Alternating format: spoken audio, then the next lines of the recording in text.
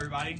Thank you so much for coming, and I want to thank Brad Bell, who's president of Southern Indiana Equality, like you said, Chris Paulson, and Stacy. Thank you so much, guys, for coming and speaking. I really appreciate it a lot.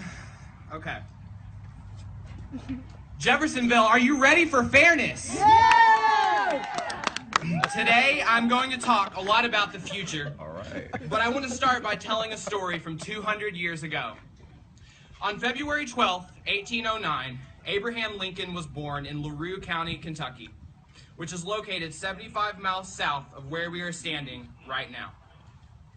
Abraham Lincoln lived in Kentucky until the age of 7. Then, in 1816, the year Indiana gained statehood, Abraham Lincoln and his family moved a little more than 100 miles north to Spencer County, located in southern Indiana.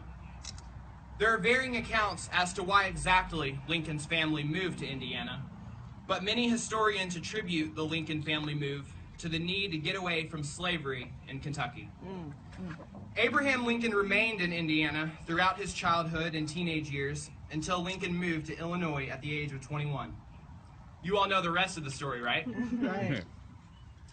In 1858, Abraham Lincoln became the Republican nominee in contention for the United States Senate seat from Illinois. While accepting his nomination, the 49-year-old Lincoln declared, "A house divided against itself cannot stand." Now, it's 2016, and Lincoln's words could not ring more true today as they did in 1858. 2016 marks Indiana's 200th year as a state. 2016 also marks the 200th anniversary of the year Lincoln's family moved from LaRue County, Kentucky to Spencer County, Indiana. As president, Lincoln steered our nation through our most turbulent times, and he proved successful at ultimately preserving the Union. 200 years after Lincoln and his family crossed the Ohio River into Indiana, we find ourselves at a crossroads just like Lincoln's family did after getting off the ferry in Indiana.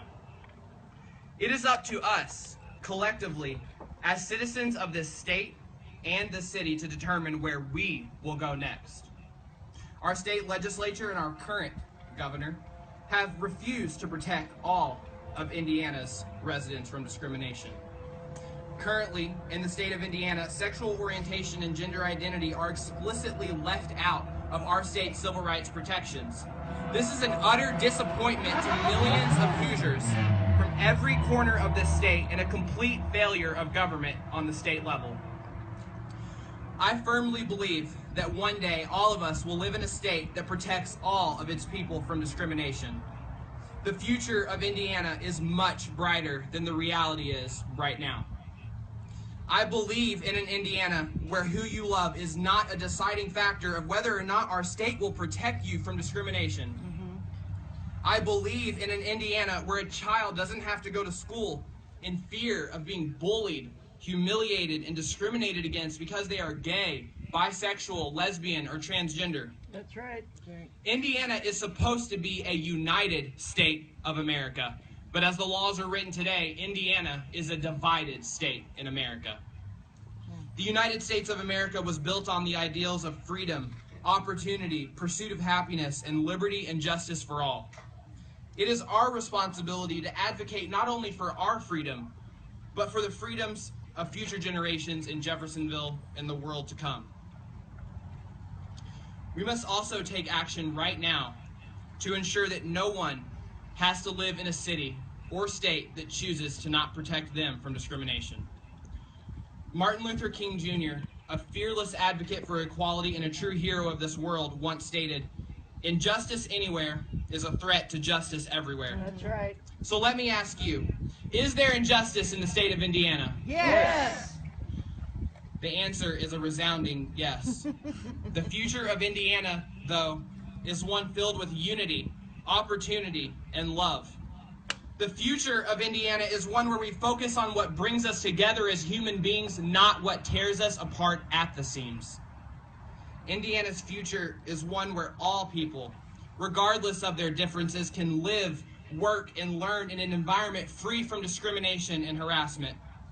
The future that we are advocating for is well within our reach.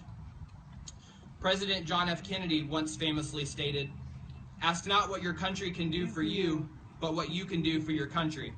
So here's what we can do. First, we must always remember that we live in a democracy.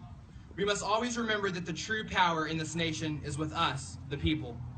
When we stand together, hand in hand, there is nothing we cannot accomplish. We can go into a public meeting like the one we are about to enter, and we can respectfully exchange our ideas and our hopes for Jeffersonville now and in the future. And most importantly, we can use the power of the ballot box to ensure our elected officials represent all of our citizens. My mom, who's standing right there in the first row, is my biggest hero. She taught me at a young age that nothing is impossible. With hard work, strong determination, and an unbreakable will, we can do what others have already written off as impossible. A very good indicator of this is right here in Jeffersonville, Indiana. And at the time of writing this, I thought we could see it from here, but we actually can't. The proof is that bridge that was just built, that opened this year, the Abraham Lincoln Bridge. 200 years ago, when Lincoln's family moved to southern Indiana, they didn't have a bridge to cross, and they definitely didn't have Interstate 65. But 200 years later, we have a bridge, and it's named for Lincoln. So let's ask ourselves, are we going to live up to the name on that bridge? Are we going to advocate for the same ideals that Lincoln did? We can live in a unified city and a unified state. Abraham Lincoln once said, "The best way to predict the future is to create it." We have the opportunity right here, right now, to build bridges in this community that have never been there before. Bridges of unity between groups of people who have never been connected before. Bridges of opportunity that everyone has a key to. Bridges of liberty and justice for all. Let's build bridges of hope, and let's make it known that everyone, regardless of their differences, can use this bridge.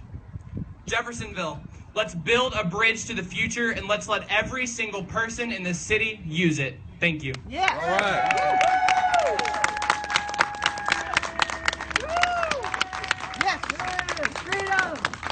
Now let's go in there, let's get our freedom.